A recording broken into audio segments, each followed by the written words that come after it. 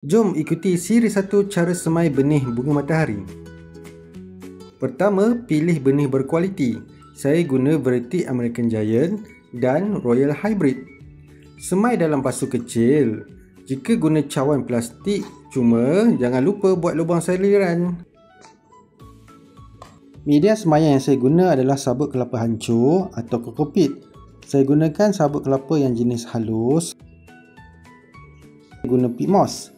Kedua-dua bahan ni saya nak tunjuk bahawa boleh digunakan sebagai media semaian. Tak ada beza pun. Saya masukkan 5 biji benih bagi setiap pasu semaian.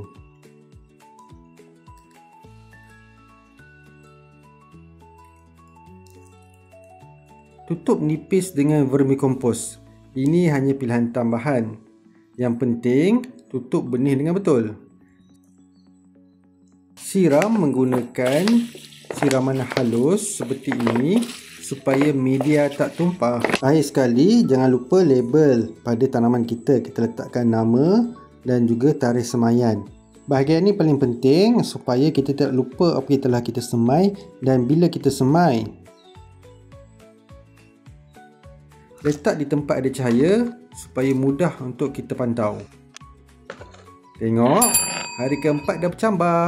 Tanda benih berkualiti.